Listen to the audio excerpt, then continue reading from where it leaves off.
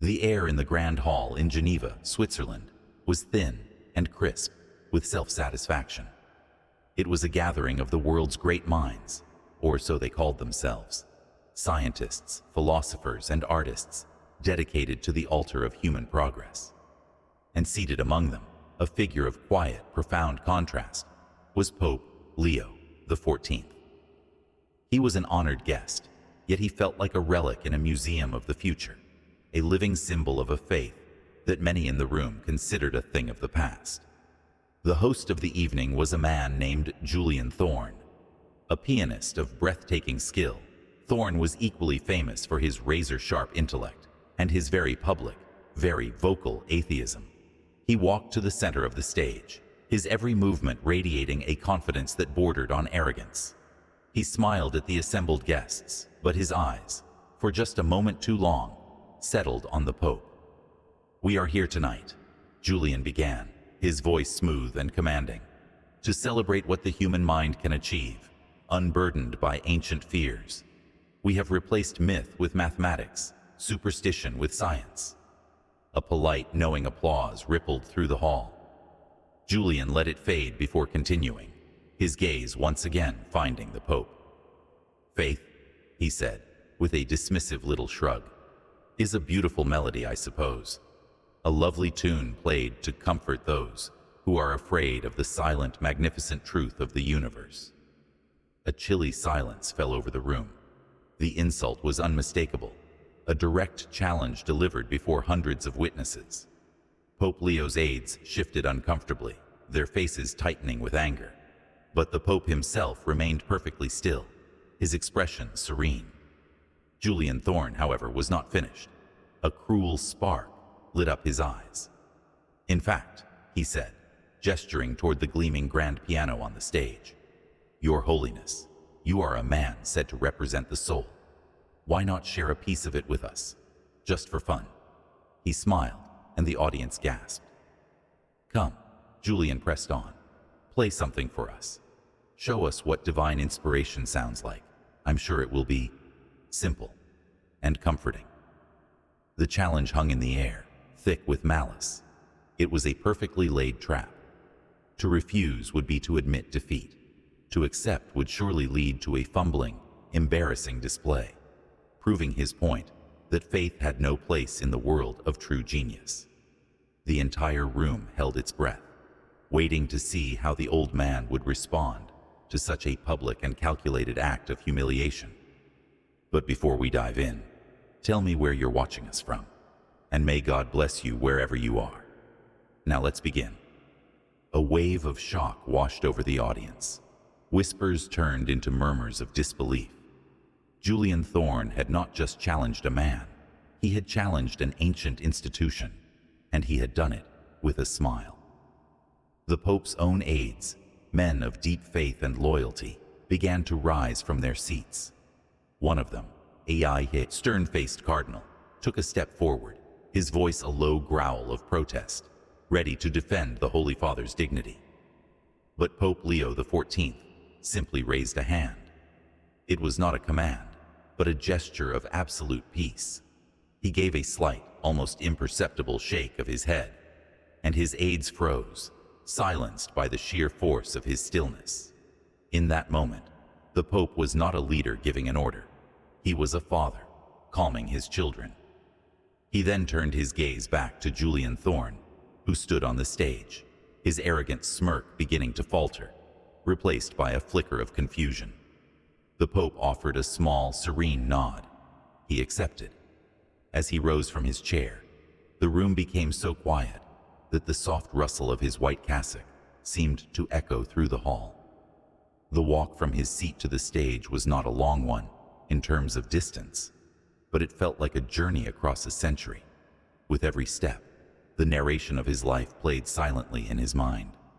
The audience saw an old man, a symbol, walking into a trap, but they couldn't see the young boy he once was, discovering the old, out-of-tune piano in the seminary basement. For him, music was never about performance. It was never for an audience. It was a secret sanctuary, a private conversation with God. In the lonely years of his youth, The keys of the piano were his rosary beads. In moments of doubt, a melody was his most honest prayer. When words failed him, when the weight of the world felt too heavy to bear, music was the language he used to pour out his soul. He wasn't walking to a piano to prove a point to a cynical world. He was walking toward his oldest and most faithful friend, to the place where he had always found God waiting for him. Just as Pope Leo the Fourteenth reached the grand piano, his hand about to touch the polished wood, Julian Thorne stepped forward once more. "Permit me," he said, his voice cutting through the silence, "to set the stage properly, so that we all understand what true mastery of this instrument sounds like." He didn't wait for a reply. With a look of utter self-assurance, he slid onto the piano bench himself, displacing the Pope with his sheer presence. A collective gasp went through the room. It was one thing to challenge the Pope.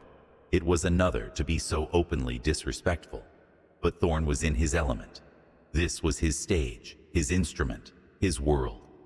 He wanted to build the walls of his argument so high that no one, especially not an old man of faith, could possibly climb over them.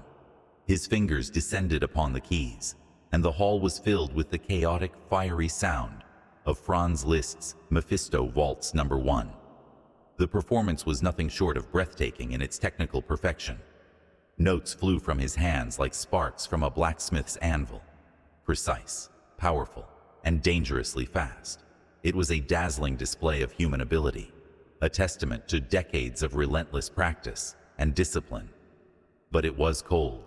The music had no heart. It was a machine of perfect sound, an engine of brilliant notes that impressed the ear, but never once touched the soul.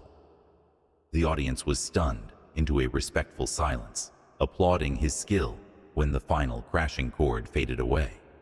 Yet, the applause was for a technician, not a storyteller.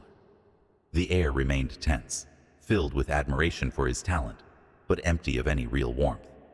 Julian rose from the bench, a triumphant smile on his face. He looked at the Pope, his expression clear. "That," he said, his voice loud enough for everyone to hear, "is art. That is what a human being can achieve. Now, Your Holiness, let us hear the divine." Pope Leo the Fourteenth moved toward the piano bench, not with the swagger of a performer, but with the gentle reverence of a man entering a cathedral. He sat, and the hall, which had just echoed with a storm of notes, was now utterly still.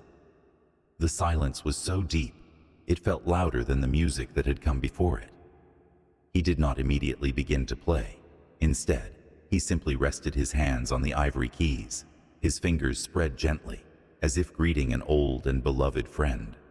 He seemed to be listening, not to the room, but to the piano itself, waiting for it to give him permission to speak.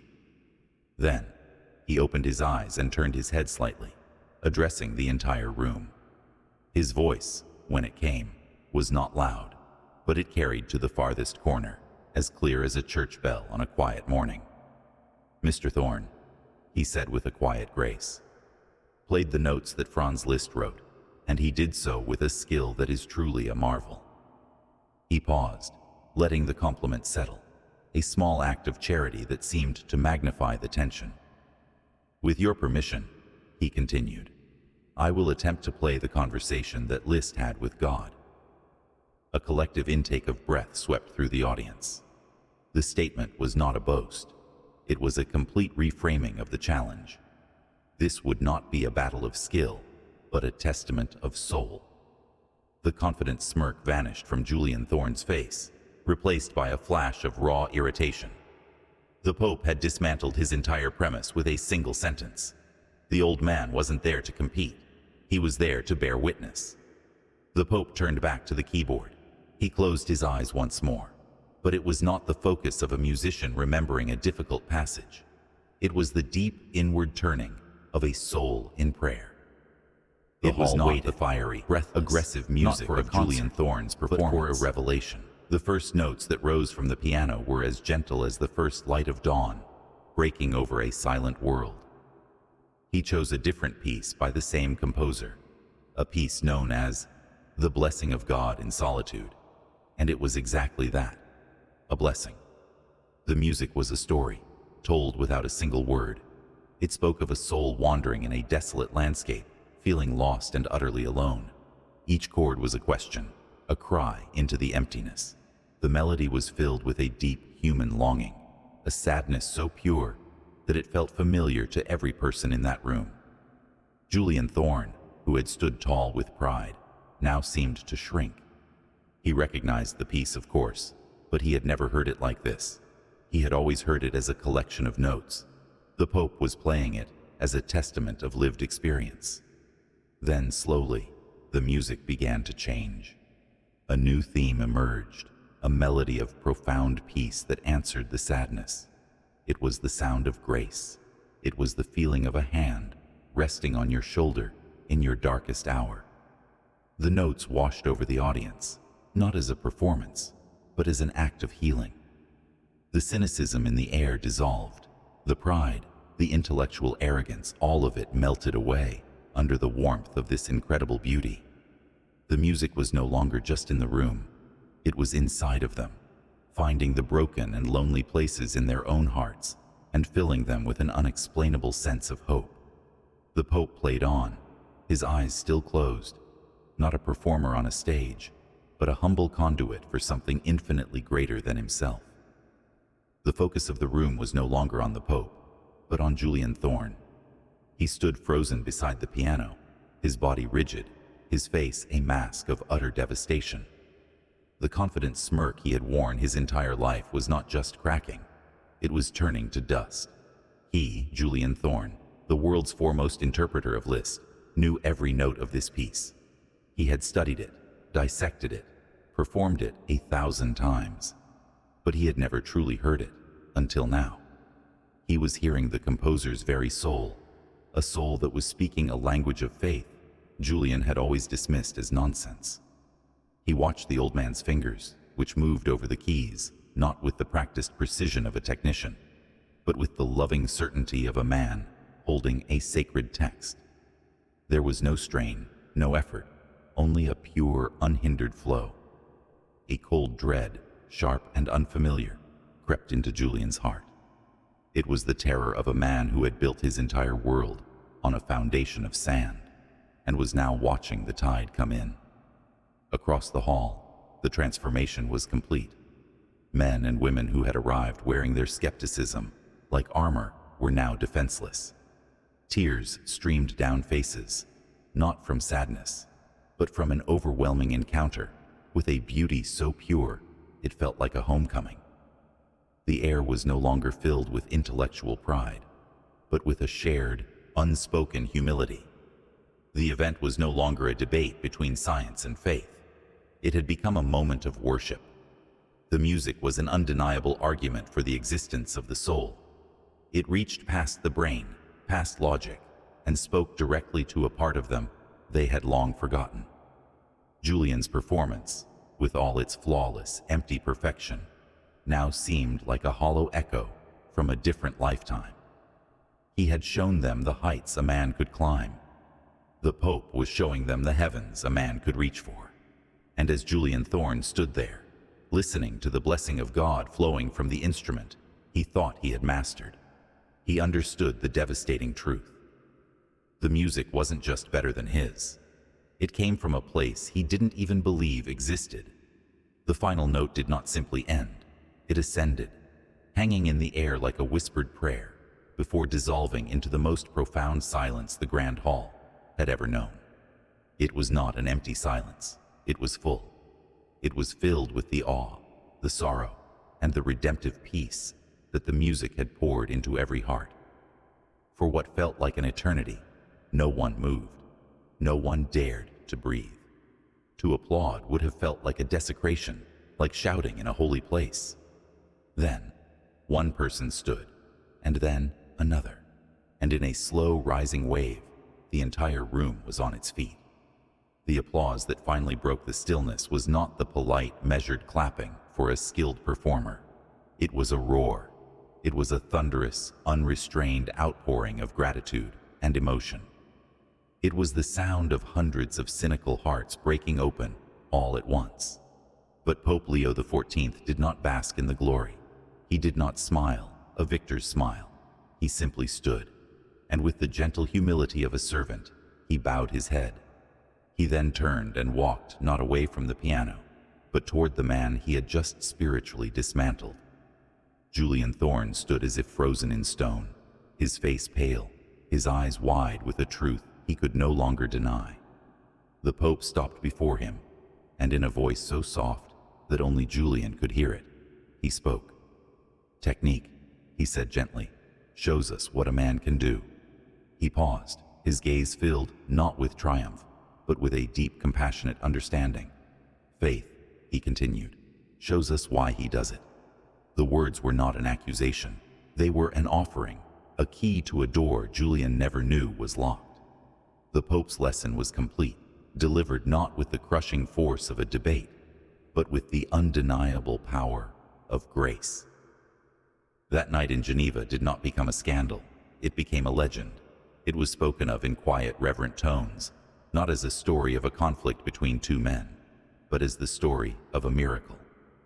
The world had witnessed a debate where one side used logic and skill as its weapons, and the other used only its soul. And the soul had won.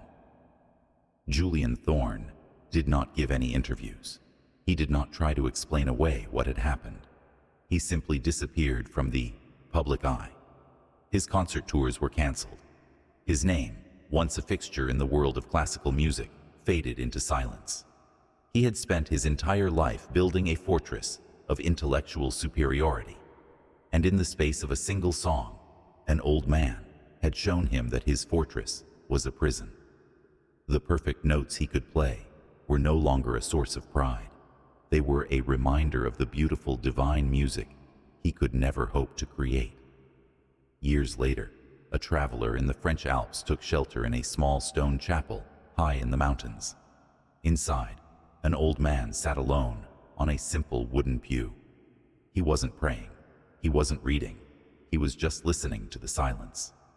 The traveler recognized him instantly. It was Julian Thorne. He looked older. His face was softer, and the arrogant fire in his eyes had been replaced by a quiet, searching peace. He was no longer a performer, but a pilgrim. The story of that night was never truly about music.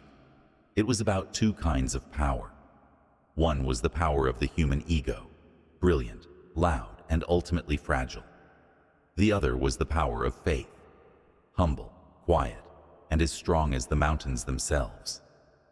Pope Leo the XIV had not sought to destroy a man.